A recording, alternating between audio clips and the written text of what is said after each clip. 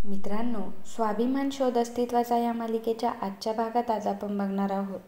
मोठी आई आदिती मॅमच्या साडीला आग लावून देते आणि घरात येते. मोठे काका विचारतात की ठरवल्याप्रमाणे सगळं घडतंय ना नीट? मोठी आई म्हणते की आपली दिवाळी आनंदात साजरी होणार आहे, मी चोख व्यवस्था केली तशी. मोठे काका म्हणतात पण अजून कसला आवाज आला नाही. तेव्हा मोठी आई म्हणते येणार येणार, थोडं थांबा. आदितीचा शेवटचा आवाज लवकरच आपल्याला ऐकायला येणार आहे. घरात शांतनू पायऱ्यांवरून फोनवर बोलत येत असतो. तो समोरच्या व्यक्तीला म्हणतो की इथं रेंज नाहीये, मी जरा बाहेर जातो. त्याचं हे बोलणं ऐकून मोठे काका आणि मोठी आई चांगलीच घाबरते. शांतनू बाहेर जायला निघतो तेव्हा मोठे काका लगेच म्हणतात की शांतनू तू कुठे निघालास? शांतनू म्हणतो मोठे काका इथे जरा रेंजचा इश्यू आहे, मी जरा बाहेर जाऊन बोलतो. मोठे काका म्हणतात की अरे इथं रेंज नाही मिळत आहे तर बाहेर कशी मिळणार? तू एक काम कर, तुझ्या रूममध्ये जा, रूमच्या गॅलरीमध्ये जा, तिथे रेंज असेल. शांतनू म्हणतो की आता वरती कुठे जाऊ, इथेच जातो. असं म्हणून तो बाहेर जातो. मोठी आई मोठ्या काकांना म्हणते अहो तो तर बाहेर गेला, आता काय करायचं? इकडे मित्रांनो, जर तुम्ही चॅनलवर नवीन असाल किंवा चॅनलचे जुने दर्शक असूनही तुम्ही अजून चॅनलला सबस्क्राईब केलं नसेल तर प्लीज चॅनलला सबस्क्राईब करा, कारण आम्ही सर्वात आधी स्वाभिमान मालिकेचे रिव्ह्यूज तुमच्यापर्यंत पोहोचवत असतो. त्यामुळे प्लीज चॅनलला सबस्क्राईब करा, कारण तुमचा एक एक सबस्क्राईब आमच्यासाठी खूप लाख मोलाचा आहे. आदिती मॅमचा पदर पूर्ण जळालेला असतो आणि त्या चालत असतात, पण त्यांना अजिबातही भनक नसते की त्यांचा पदर जळालेला आहे. बरोबर रिंगणामध्ये तो बॉक्स ठेवलेला असतो. आदिती मॅम तो बॉक्स घेण्यासाठी जात असतात आणि बरोबर त्या रिंगणाला ओलांडल्यावर तो रिंगण पेट घेतो. आदिती मॅम तो बॉक्स हातात घेतात आणि म्हणतात की नावही नाही याच्यावर, प्रभाकरच असणार आहे. मग तिचं लक्ष त्या आगीवर जातं. तिच्या सगळ्या बाजूंनी आग पसरलेली असते. हे बघून ती खूपच घाबरते आणि आरडाओरडा करायला लागते. आणि नेमका शांतनू बोलत बोलत तिथे आलेला असतो. तो देखील आदिती मॅमला आगीत बघतो. आदिती मॅम जोराजोरात ओरडत असतात की मला वाचवा, शांतनू वाचवा मला. घरातले सुद्धा हा आवाज ऐकून सर्वजण हा आवाज ऐकतात. त्यांना सुद्धा टेन्शन येतं. मग मोठे काका म्हणतात की अरे बघताय काय, चला चला. सर्वजण बाहेर येतात आणि त्या आगीत आदितीला बघतात. ते बघून सगळेजण खूप घाबरतात. प्रभाकर सर तर आदिती मॅमला आगीतून ओढण्यासाठी तिथून पळत असतात, पण प्रदीप मात्र त्याला थांबवतो. कोणालाच काय करावं ते कळत नसतं, पण शांतनूच्या मात्र डोळ्यात पाणी आलेलं असतं. सगळेजण आरडाओरडा करत असतात. पल्लवी, मेघना त्या जाळावर पाणी टाकत असतात, पण शांतनू एकटा उभा राहून खूप रडत असतो. त्याला काय करावं आणि काय बोलावं हेच सुचत नसतं.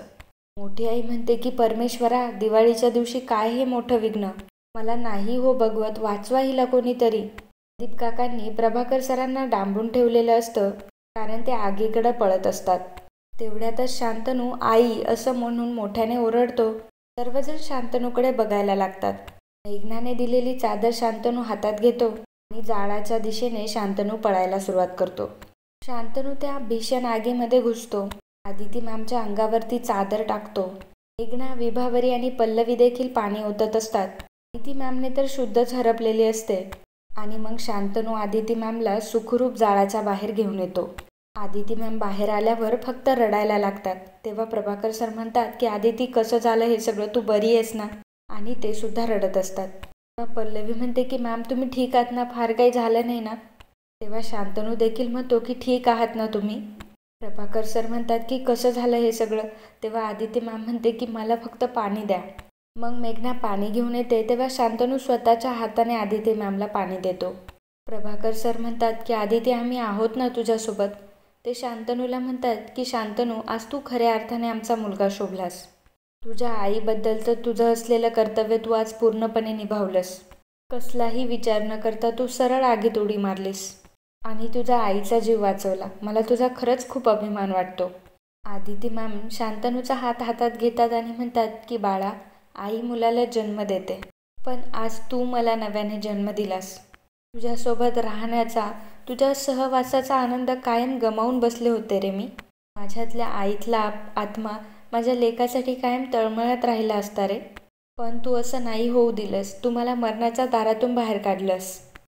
शांतनू म्हणतो की आई म्हणून काहीच केलं नाही मी, माणुसकीच्या नात्याने केलं. तुमच्या जागी दुसरं कोणीही असतं तरी मी हेच केलं असतं. असं म्हणून शांतनू त्याचा हात आदिती मॅमच्या हातातून काढून घेतो. प्रभाकर सर म्हणतात की आदिती चल आपण आतमध्ये जाऊयात, तुला आरामाची खूप गरज आहे. मोठे काका मोठ्या आईला म्हणतात की आपले सगळेच फासे उलटे पडले, चल इथं राहून पण काही उपयोग नाही.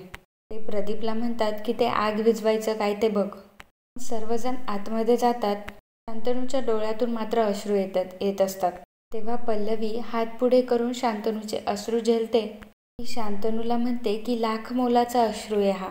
आपल्यासाठी, आपल्या मुलाच्या डोळ्यातून आलेल्या अश्रूची आईसाठी किती किंमत आहे हे तुमच्या कधीच लक्षात नाही येणार. शांतनू म्हणतो की आईसाठी काहीच केलं नाही आहे मी, त्यांच्या जागी दुसरं कोणी असतं तरी मी हेच केलं असतं. पल्लवी म्हणते की हो माहिती आहे मला, त्यांच्या जागी दुसरं कोणी असतं तरी तुम्ही हेच केलं असतं, कारण मुळातच तुम्ही चांगले आहात, सगळ्यांचा विचार करता. पण आज जेव्हा आदिती मॅम जाळ्यात अडकल्या तेव्हा त्यांची अस्वस्थता, तळमळ, तुमचं त्यांना आई म्हणून हाक मारणं, स्वतःच्या जीवाचा विचार न करता त्या आगीत उडी मारणं, त्यांना सुखरूप बाहेर काढणं, तुमच्या डोळ्यातले हे पाणी बघून मला जो अर्थ समजायचा तो मी समजला. शांतनू उठतो आणि म्हणतो की सांगितलं ना एकदा तसं काही नाही आहे. तेव्हा पल्लवी म्हणते की तसंच आहे, तुम्ही एक वेळ ते मान्य नाही करणार. प्रत्येक मुलाची त्याच्या आईशी नाळ जोडलेली असते, पण जेव्हा जन्म घेतो तेव्हा ते शरीराने वेगळे होतात, मनाने तर ते कायम एकत्र असतात. आज तुम्ही आगीत उडी मारली त्यात तुमचं धाडस होतंच, पण त्याहीपेक्षा जास्त आईबद्दलचं प्रेम होतं. आज कोणा आदिती सूर्यवंशीला नाही वाचवलं तुम्ही, आज फक्त तुम्ही तुमच्या आईला वाचवलं आणि हेच खरं आहे. असं बोलून पल्लवी तिथून निघून जाते तेव्हा शांतनू स्वतःलाच त्रास करून घेत असतो. घरात सर्वजण बसलेले असताना पल्लवी आदिती मॅमला पुन्हा एकदा पाणी देते. विभावरी आदिती मॅमला म्हणतात की तुम्ही जाऊन खोलीत आराम करता का.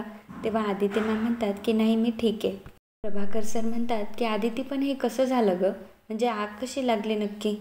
आदिती मॅम म्हणतात की खरंच प्रभाकर मला कळलंच नाही, एक माणूस मला निरोप घेऊन आला की मला कोणीतरी बाहेर बोलवलं म्हणून मी बघायला गेले तर बाहेर कोणीच नव्हतं. एक गिफ्ट ठेवलं होतं, मला असं वाटलं की ते गिफ्ट माझ्यासाठीच आहे म्हणून मी ते गिफ्ट उचलायला गेले.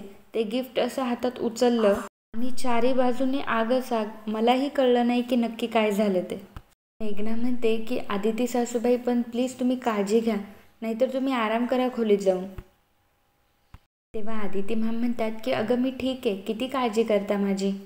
तेव्हा मोठी आई म्हणते की आमच्या घरात राहते म्हटल्यावर काळजी तर वाटणारच, आणि तसंही घरी आलेल्या पाहुण्यांचं काळजी घेणं ही आमच्या घरातली रीतच आहे. प्रभाकर सर जोरात मोठ्या आईवर ओरडतात आणि म्हणतात की अहो वहिनी विषय काय आणि तुम्ही बोलताय काय इथे, काय पाहुणचार आणि काय घरची माणसं. अहो ही पण सूर्यवंशीच आहे ना, या घरची सून आहे, पाहुणी नाही आहे. मोठी आई म्हणते की हे बघा भाऊजी तुम्ही. एवढ्यात शांतनू म्हणतो की एक मिनिट मोठी आई, हे सगळं आत्ता बोलण्याची गरज आहे का. या सगळ्या गोष्टी आपल्या घरात का घडताय, कशा घडताय हेच मला कळत नाही आहे. हे सगळं कोणीतरी ठरवून करतंय असंच वाटतंय मला.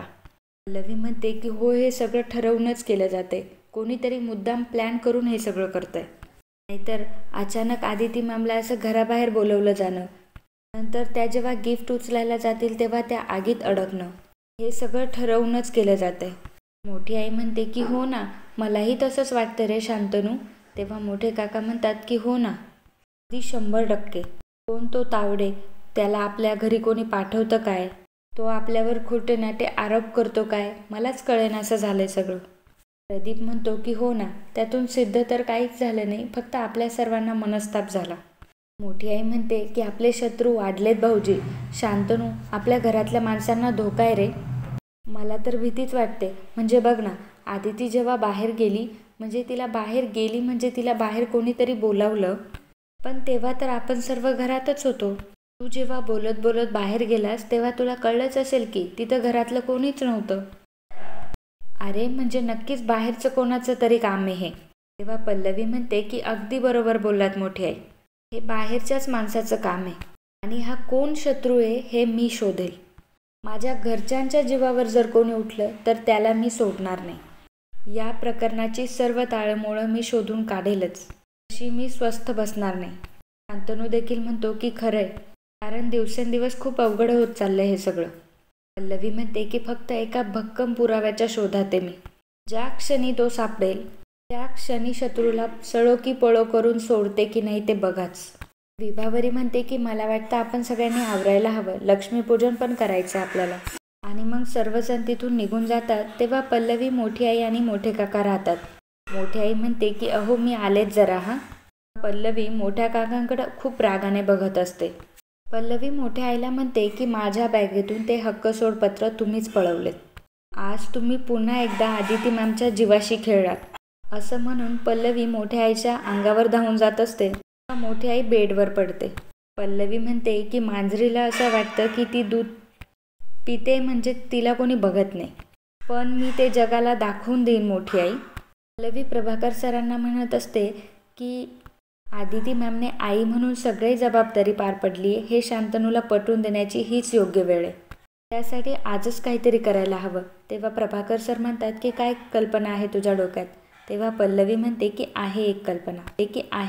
मित्रांनो, कालच्या एपिसोडमध्ये पहिल्या 3 तासात कमेंट करणारे आपले दर्शक होते साक्षी जाधव, रोहिणी मगार, अशोक डुंबरे, राणी बेलोटे, ज्ञानेश्वर आचारी, आर्या, मंदारवी बोधारे, प्रिया शिंदे, नमिता चिक्रमाने, प्रमोद पंडित, योगेश टोनसाळी, निवृत्ती बोकमुरकर, अपूर्वा पाडाळकर, गोविंद परब, सुशील डावरे, योगेश टोनसाळी, गौरव झिने, पूनम पाटील, नेहा जे, गीता आर, माधुरी पाटील, भास्कर दहाले, वंदना तांबडे, अश्विनी मुंडे, नीलम गीते, संजना मोरे, कैलास जाधव, सुनीता एवाले, संजय वैद्य, मानसी राऊत, वर्षा चौगुले, रेश्मा राहते, रेश्मा भगत.